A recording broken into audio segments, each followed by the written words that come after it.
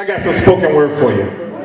This brother, he comes from the heart. He's been writing a long time. He's been all over the world, you know, and he's here with us tonight. Like I told you, tomorrow's Starz. I want to bring him up. The General. Come on up, brother.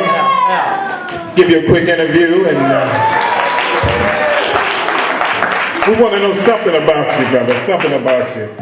My name is Robert E. Lee, just like the General, but I'm not the Robert E. Lee of Arlington. I'm the Robert E. Lee of God's salvation. And so I come to you today to speak a word about the book of Job. You ready? Yes, sir. How many of y'all know about something about the book of Job? All right. Well, this brother going to give it to you in his version. Let's give it up for the General.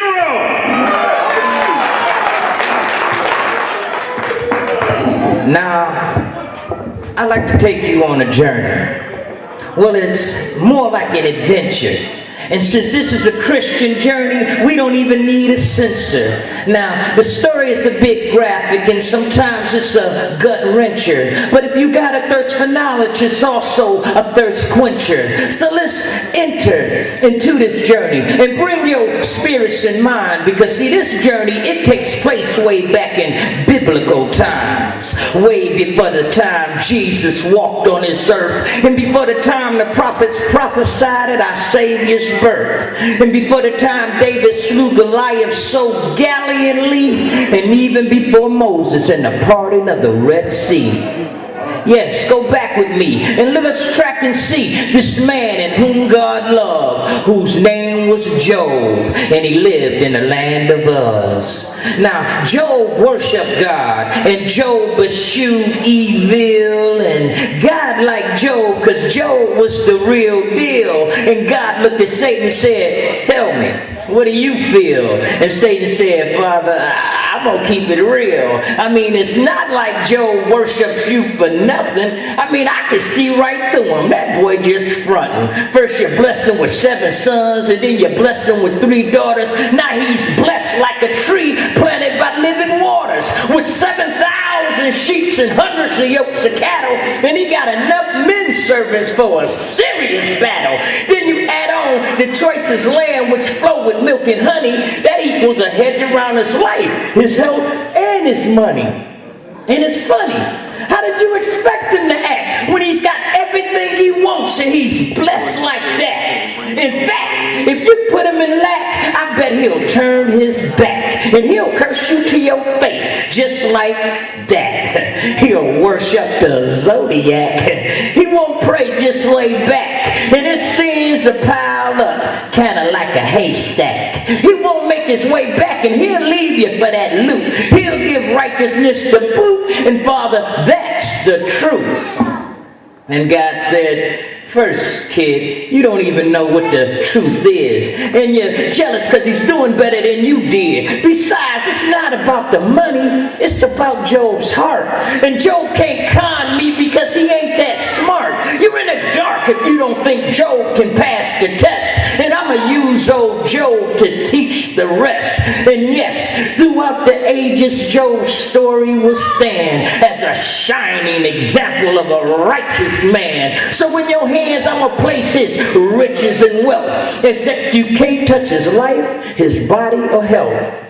But everything else you need, I leave in your possession, to do as you will at your own discretion. Now just then, Job was, chilling, living his life. He was fighting a good fight and walking upright.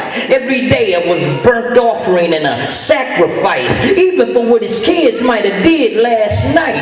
And then Satan steps in, and he's got this menacing grin. And you can tell he wasn't joking by the mood he was in. He surveyed the circumstance and the situation, and then said, "Let the fun begin."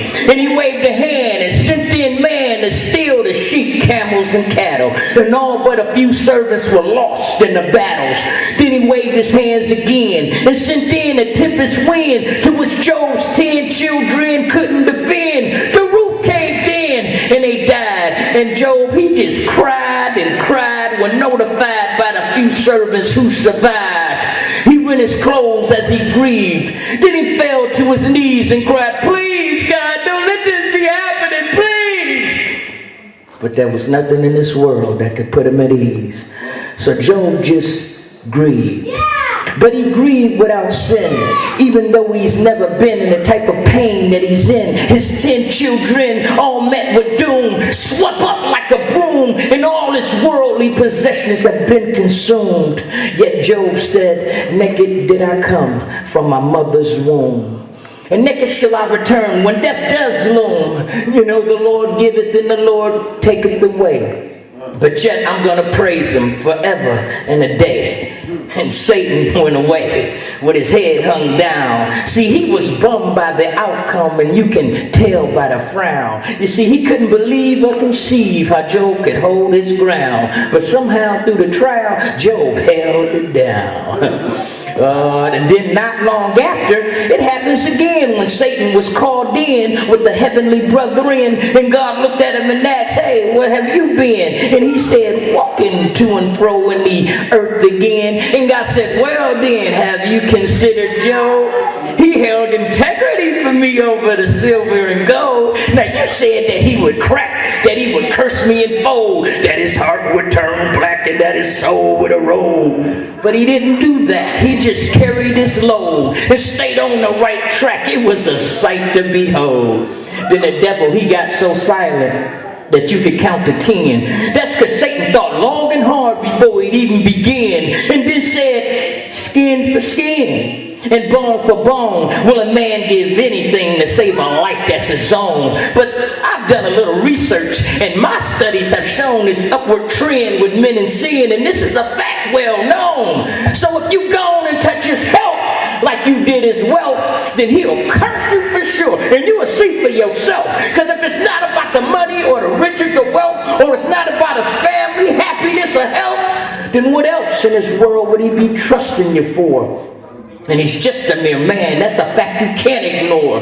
And God just kind of smiled. Because see, God knew his plan, and he knew Satan wasn't just dealing with no ordinary man. So he said, in your hands I'll go on and place his bones in health, except you save his life, because that's the only thing left.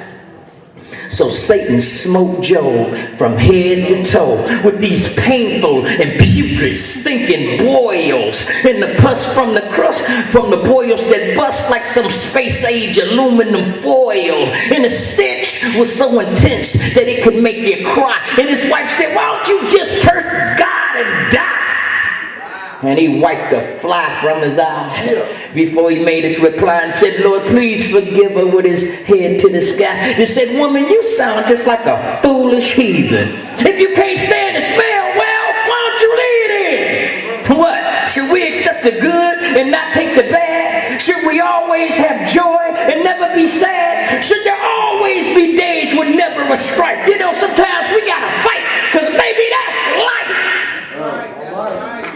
And then comes in his 3 supposed to be friends who heard of Job's plight and the death of his kin. Now the wife, embarrassed by the smell, didn't really want to let him in. So Job went out in the yard to be cleansed by the wind. And as his friends came up the road, they consoled Job with vigor until they screamed when they seen how Job was disfigured. So they sat for 7 days. Job was all crippled, broken, and lame. And at the same time, when they seen him, they all said, dang, Job, you must have did something that God didn't like, because he beat you with all his power, glory, and might. That's right, said another. God's judgment is true. And if you didn't sin all of this, it wouldn't have happened to you. That's some real talk, said the last. I know that's right. Job might have been sneaking out on his wife at night. Or maybe he's a thief and he lied and he's fronting because God doesn't beat him down like he done stole something. But no matter what it is, Job, you ought to repent, because you must have did something that God resents. But in his own defense, Job just held his ground and said, my Redeemer lives, still holding it down. Yeah, poor Job was triple teamed till God finally intervened and told Job that he was righteous and that his soul was clean. And then he blessed poor Job with twice as much as he had when Job prayed for Zophar, Eliphaz, and Bildad. Now, the moral of this story is of patience and trust. And if you truly believe in God, these two things are a must. So if righteous blessings you're earning, yet trouble still comes about, before your anger gets to burning, take a journey to Job's house and see what true patience is all about. Thank you.